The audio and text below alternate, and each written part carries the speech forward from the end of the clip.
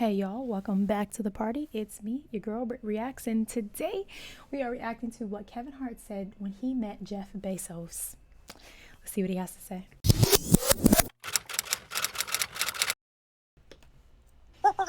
The Joe Rogan Experience.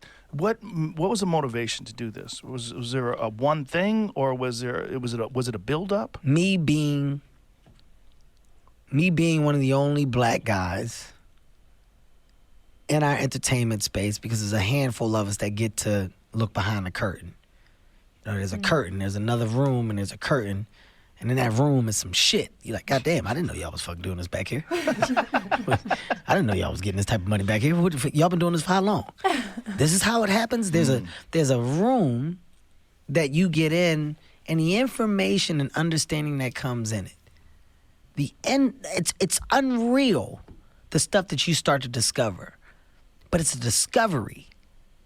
It's a discovery. You got to stumble. I think this is true in any profession. Like, there are so many levels sometimes that, like, you know, the saying, like, that's beyond my tax bracket. Like, it's like there are things that people only have access to after they've reached a certain level. And I think that's so true.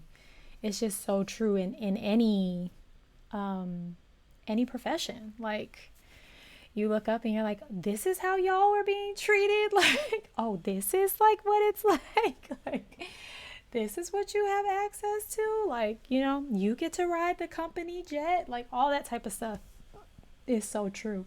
One can only imagine what that comedy side of that is. But it's a discovery. It's a discovery. You got to stumble upon this treasure of information and discovery. And if you don't, maybe you're in the right environment and you hear some stuff and you can ask some questions, but 9 times out of 10, it's not offered. It's a search and find. And when I was constantly in those situations and I found myself saying, so how? But why? Well, then what did you do? Right. Damn, after that, then what? What the fuck did you, how did that even work? I was in a room with Jeff Bezos and Robert Kraft. This was the Patriots that won the Super Bowl. And we're in like this little private room after. And that's what I'm saying. You and I don't have access to be in the same air-breathing space as Jeff Bezos and Robert Kraft. Access. Tax brackets. Like, this is what I'm saying. There are like tiers and levels to life. I have yet to unlock that level of life, and I've been in the room with some big people now. Like, thank God. I've had amazing experiences and been able to shake hands with really incredible people in this world. But like, Jeff Bezos and Robert Kraft, like, come on. That's like presidential levels. Like, get out of here. No way. And we're in like this little private room after, and Tom Brady is like giving a speech thanking Robert for all. Robert thanks Tom. And I'm with my wife and a friend, and Jeff Bezos walks in. My friend there go Jeff Bezos. I said, oh shit, I'm gonna go say what's up. I said, that's a motherfucker. I would love to pick his brain. That's an interesting individual. No, don't do that. What do you mean don't do that? Who said don't do that? My friend. No, don't do that. Why? What are you talking about? Why you gonna do that, Kev? It's a room full of people. Don't look like the dude that's thirsty. Thirsty for what? For fucking information, dick face? We got into like a little fucking spat. For what? For fucking information? I wanna fucking say, hey, I wanna see my face. I wanna ask him some questions. I ain't gonna see this man no more. I don't know him. We're not on a phone number to phone number basis. I'm gonna say what's up to him. All right, Kev, I'm just saying, in this environment, just chill. It's relaxed. And that shit start to click to me. That's the problem. Everybody's too cool. Everybody's too fucking cool. Right. Everybody wants you to think that they know. You don't know. Yeah, imagine you being in the presence of Jeff Bezos, and you could get like the most powerful nugget of information, advice, story from him just by saying hello. And you didn't do it because you thought it would look lame in a room full of people? You thought you would be the thirsty person in a room full of people? Imagine just a simple shake of the hand. And I'm sure all the time people like don't speak to Jeff Bezos because they're like, I don't have any business having a conversation with this man. He could be the most down to earth person. I mean, the worst that could happen is he's like, no, thank you. What do you lose from that? He's so right. In this day and age, we care way too much about what people think of us and our perception. And it's like, are you crazy? I have the opportunity to speak to whom, and I'm not going to take it? Silly. Right. Everybody wants you to think that they know. You don't know. You don't know shit. We don't know shit. There's one Jeff Bezos. There's fucking one. He's right there. Almost trillionaire. Hey, Jeff. Yeah, it's like, do you think, this is another perspective, do you think Jeff goes into rooms and doesn't speak to people because he cares what people think about him? Do you think that's how he got where he is? By not stepping up and not speaking up and just shaking hands? It's called networking. It's like, but everyone is too cool. Everyone's Come too here, cool. man. Hey, man.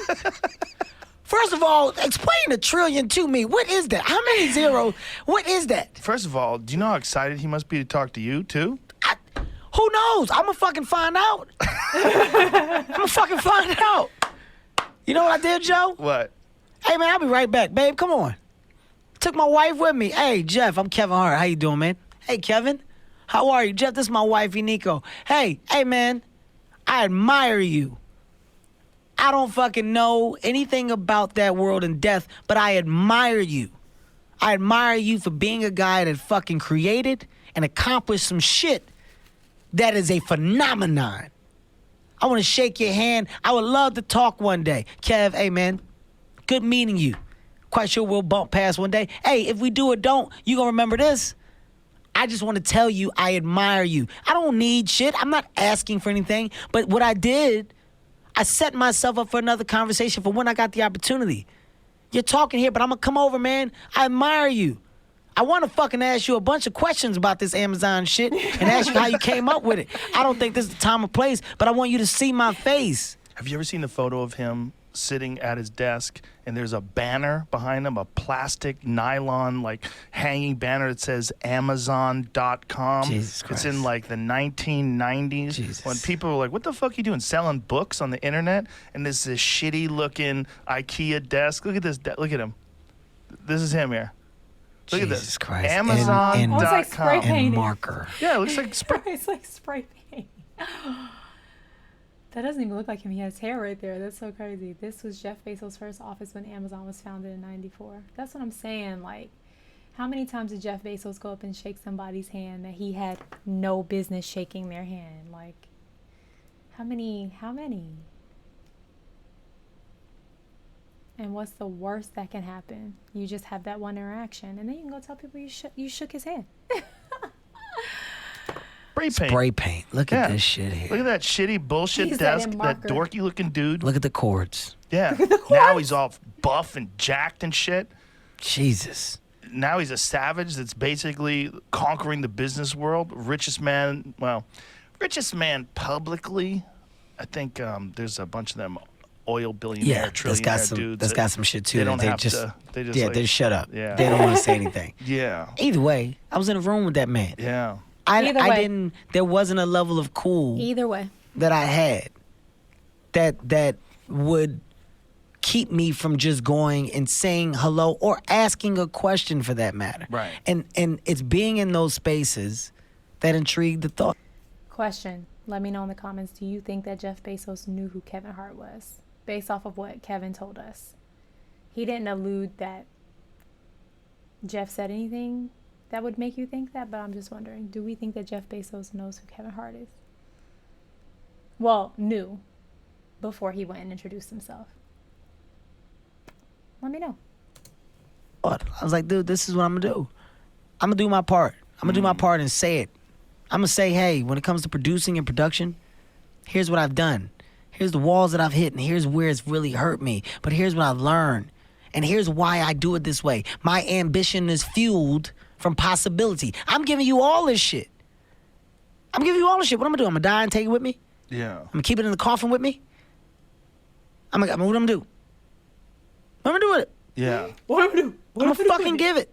Well, also the possibility that some young kid could listen to this audio thing, listen to you talk about these things, and then one day succeed and run into you the same way you ran into Jeff Bezos. Oh my God.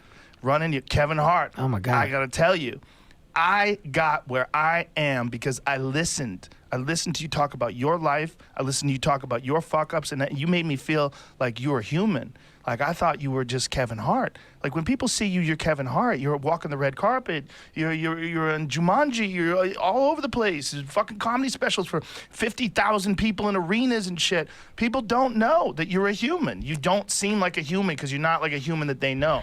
But when you talk and you talk about your life, and some kid might just get a spark off of that and blow that spark, make that ember flame up and take over. And next thing you know, you're running into that person at some other Super Bowl party. I can't even tell you that's for me dream. that's what it's about. Yes. That's what pay it forward. That's what life is about, paying it forward. Especially when you get to levels such as a Jeff Bezos, a Kevin Hart, a Joe Rogan. It's like Kevin said, what am I gonna do with all that information? I'm gonna die and take it with me, all that money, all those things. It's like when you have knowledge that could just simply help someone else and you're not losing anything because of it, it's like, why wouldn't you? Why would you not be gracious enough? Because someone did it for you. And if someone didn't do it for you, when you were figuring it out, you wish someone had. I love the messaging here. This is such a great interview. It's like,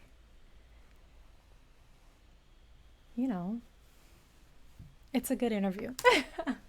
Yeah.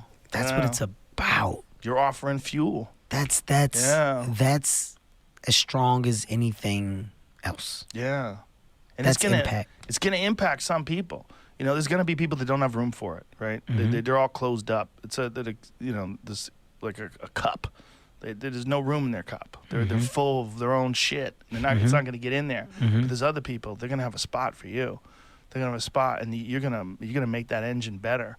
You're gonna make the whole engine of their life better. There's things that I think about all the time when I'm working out or when I'm tired, or I think about inspirational things that people have said, and they get me through. It shifts my mind, steels me up, makes me think about things in a different way, and I can accomplish more because of those thoughts. I can accomplish more because of that energy that some person.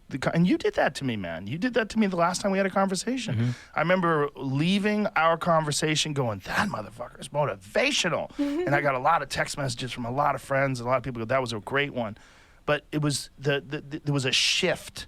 Like when someone is really getting after it in their life and you're around them, there's a shift in your own life, and it's a tangible thing. It's like if you could see it on a meter, it's almost like your meter. I really love the range of Joe Rogan's podcast. And I feel like I said this. I don't remember. I feel like I said it recently. I feel like you don't know if you're going to open up a podcast of his and laugh the whole time.